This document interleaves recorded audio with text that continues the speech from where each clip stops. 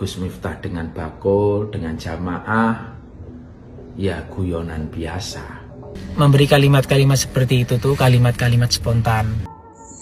Kecewa niat mencari nafkah dan mencari nafkah buat anak istiqomah itu. Hello everyone, I'm Mr. Kim and welcome back to my YouTube channel. Guys, lagi nonton, gimana nih kabarnya hari ini? Apakah dalam kondisi yang baik saja? Atau mungkin sebaliknya ya guys, lagi dalam kondisi nggak baik aja? Apapun yang terjadi, kalian gak boleh menyerah ya guys. Ayolah semangat, fighting! By the way, sebelum kita lanjut ke pembahasan, di sini aku mau izin jualan dulu hair care yang aku pakai. Dan mohon banget guys, kalian bisa cek kolom komentar, di sana aku udah taruhin time maps.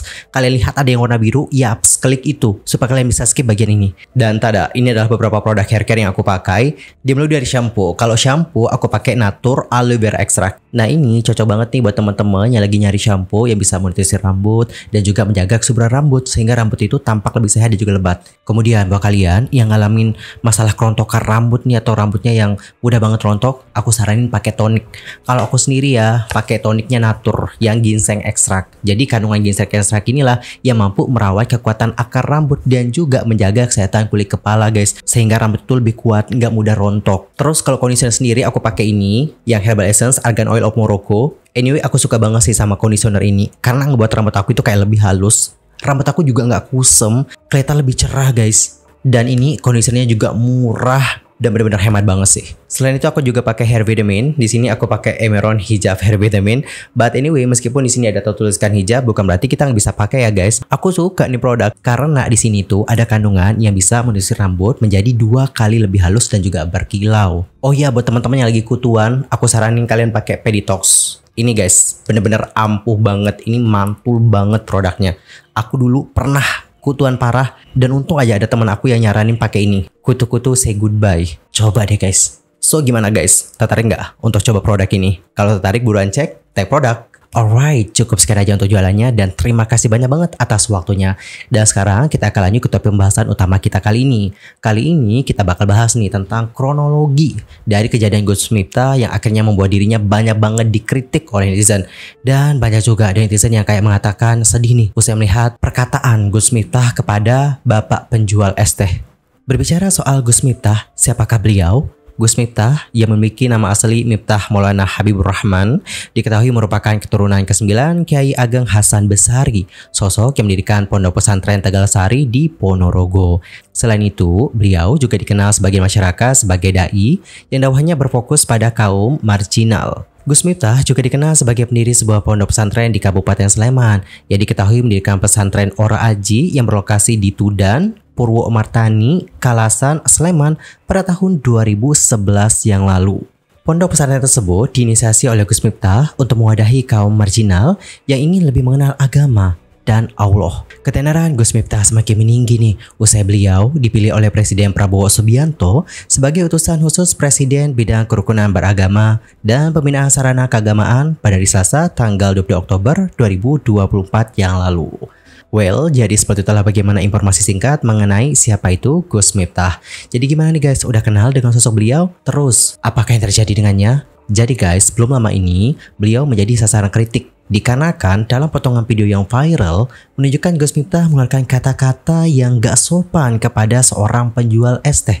Adapun untuk videonya seperti ini, coba kita lihat ya guys bareng-bareng. Oh kon borong. Es tehmu cik oke ra? Masih. Ya kono didol kok.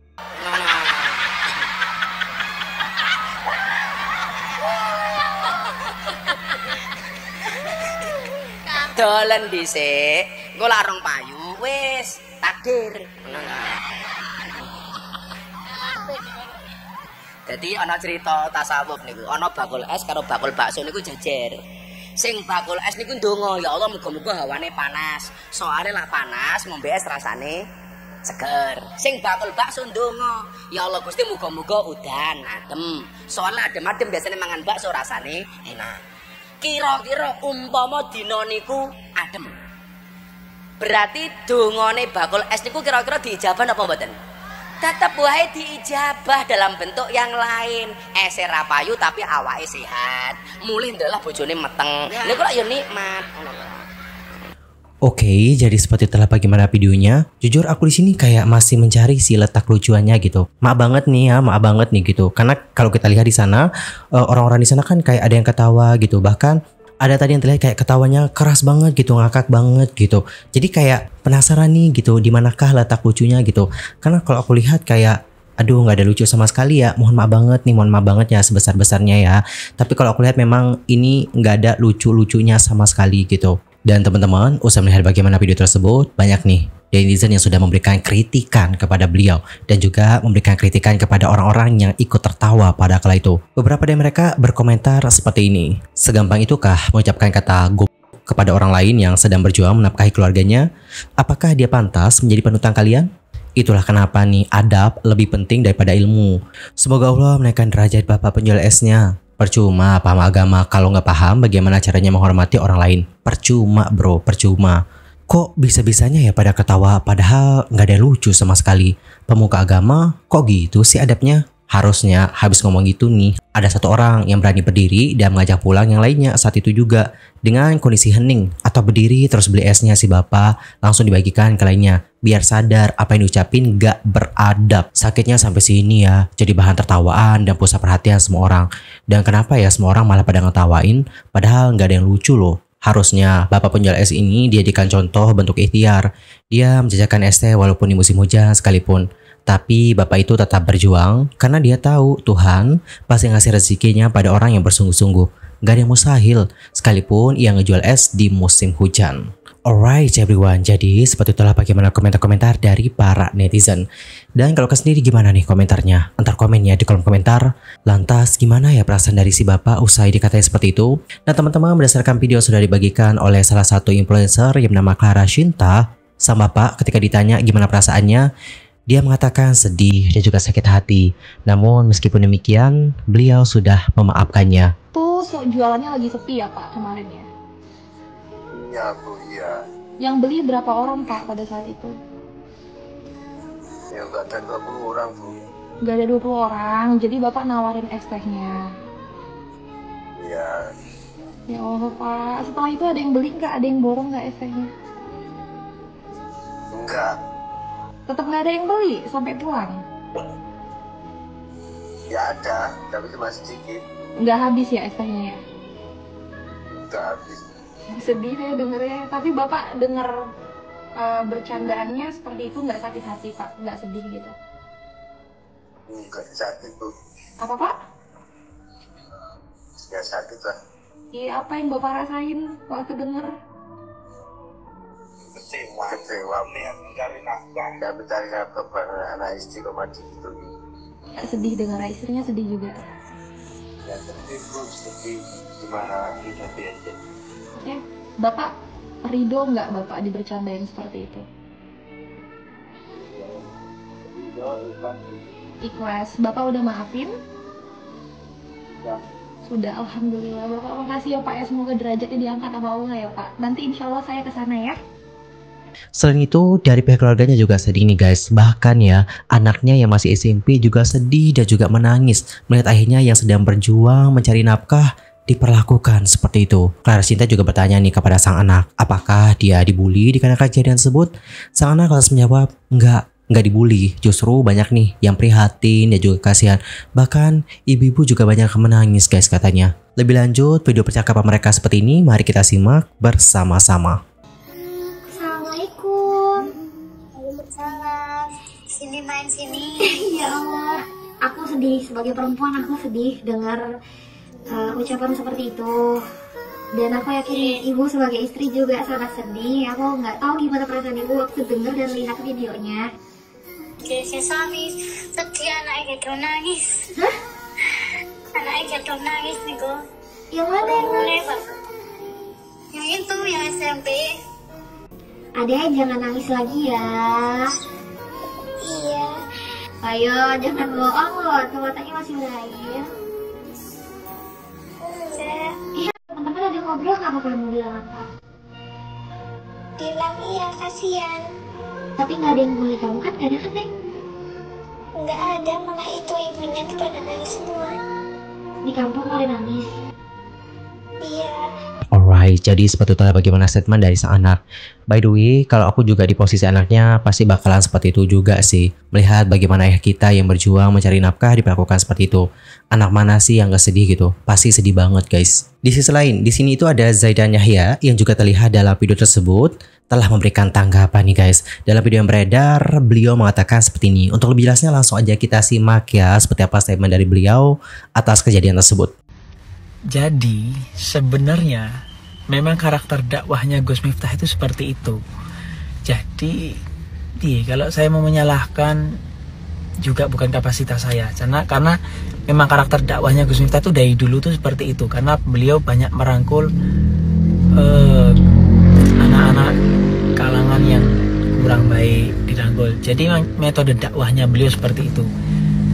Satu lagi, beliau tuh kalau memberi kalimat-kalimat seperti itu tuh kalimat-kalimat spontan. Jadi bukan kalimat yang disengaja. Toh kalaupun beliau seperti itu, emang makanannya, minumannya semua diborong sama Gus Miftah. Emang Gus Miftah itu udah biasa kayak gitu. Jadi susah. Besok-besok kalau ngeliat videonya yang full, oke bos, jangan marah. Oke, sebentar. Mohon maaf banget. Di sini nggak bermaksud apa-apa. Mohon maaf banget yang sebesar-besarnya kalau aku salah. Mohon koreksi, tapi berdasarkan statement dari Zaidan Yahya tadi, kok seolah-olah ingin menormalisasi bahwa boleh aja gitu ngatain orang gob. Gak semua orang bisa menerima dikatain seperti itu loh. Selain itu, Zaidan Yahya juga membagikan video dari M. Yusuf Hudlori. Dalam video yang dibagikan, Yusuf Hudlori mengatakan, Assalamualaikum warahmatullahi wabarakatuh. Waalaikumsalam warahmatullahi wabarakatuh. Terkait dengan video Gus Miftah dengan bakul es itu di Magelang, ketepatan saya ada di samping beliau, hadir di majelisnya. Saya waktu itu melihat itu spontan, bagian dari komunikasi Gus Miftah dengan bakul, dengan jamaah, ya guyonan biasa. Toh Gus Miftah juga sering borong bakul-bakul es seperti itu, ngelarisi jajanan-jajanan punya jamaahnya. Jadi itu ya wajar-wajar saja. Jadi tolong jangan dipotong videonya. Atau sekali-kali jenengan datang di majelisnya agar bisa melihat secara utuh kedekatan Gus Miftah dengan jamaahnya. Alright teman-teman, jadi seperti itulah bagaimana videonya. Jadi intinya adalah beliau di sini mengatakan bahwa itu adalah guyonan biasa. Itu adalah spontan, gak disengaja lah pokoknya seperti itu ya. Dan beliau juga mengatakan bahwa janganlah dipotong-potong videonya supaya kalian itu dapat melihat bagaimana kedekatan antara Gus Miftah. Alright, di sini aku paham banget ya dengan poin yang ingin disampaikan oleh beliau di sini, sangat paham banget. Tapi menurut aku nih secara pribadi, guyonan-guyonan seperti ini belum tentu dapat dilihat dengan cara yang sama oleh yang lain. Mungkin ada yang melihat itu adalah guyonan biasa dan itu tidak bermaksud apa-apa, tapi belum tentu netizen yang lain ataupun orang yang mendapatkan guyonan seperti itu akan merasakan hal yang sama. Seperti video yang dibagikan oleh Clara Cinta tadi, bapaknya mengatakan, sedih saya dengernya, tapi bapak denger bercandaannya seperti itu nggak sakit hati pak, nggak sedih gitu? Enggak sakit bu. Apa pak? Ya sakit lah. Iya, apa yang bapak rasain waktu denger? Kecewa melihat mencari nafkah buat anak istri kok mati gitu. Ini sudah menunjukkan bahwa tidak semua orang dapat melihat bahwa guyonan yang dilontarkan oleh Gus Miftah akan dilihat sebagai guyonan biasa dan hal yang wajar. Dan kalau kalian sendiri gimana nih guys pendapatnya? Antar komen ya di kolom komentar. Selain itu, di Twitter, M. Yusuf Hudlori juga membalas tweetan dari netizen yang mempertanyakan mengapa beliau dan juga ulama lain malah ikut tertawa bahagia. Seakan-akan ikut senang ada orang yang digob-gobin. Dan menanggapi hal ini, beliau menuliskan, konteks utuhnya penjual es muter-muter di antara jamaah. Padahal cuaca hujan hingga mengganggu konsentrasi, lalu ditegur oleh GM agar minggir seperti penjual lainnya.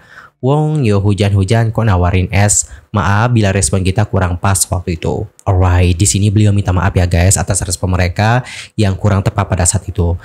Sementara itu untuk Gus Miftah juga sudah menyampaikan permintaan maaf atas kejadian tersebut. Dalam sebuah video klarifikasi, beliau mengatakan, dengan kerendahan hati, saya minta maaf atas kehilafan saya.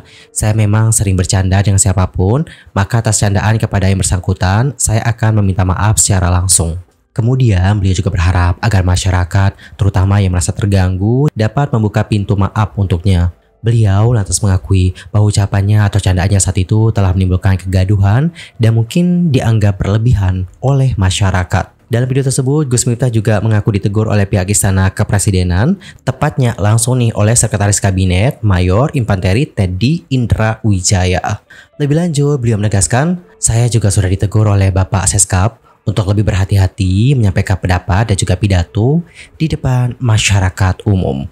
Alright, jadi sepatutnya bagaimana permintaan maaf dari Gus Miftah atas kejadian tersebut. Well, kita harapkan semoga dari masalah ini banyak orang yang akan lebih belajar nih guys, terutama ketika melontarkan candaan terhadap orang lain. Terkadang ketika kita bercanda, kita agak sering berlebihan nih guys. Aku pun juga pernah seperti itu. Maksudnya nggak ngatain orang goblok ya guys, nggak. Tapi kayak bercanda berlebihan gitu loh. Kayak pernah juga gitu. Nah dari sanalah aku kayak mulai belajar, oh nanti kedepannya nggak boleh nih seperti ini. Karena hal itu dapat membuat orang lain menjadi gak nyaman atau bahkan tersakiti juga. Dari sana aku belajar mengkoreksi diri dan lebih berhati-hati sih ketika lebih bercanda. Apalagi kalau bercandanya sama orang yang kurang terlalu dekat sama kita. Itu lebih hati-hati lagi sih.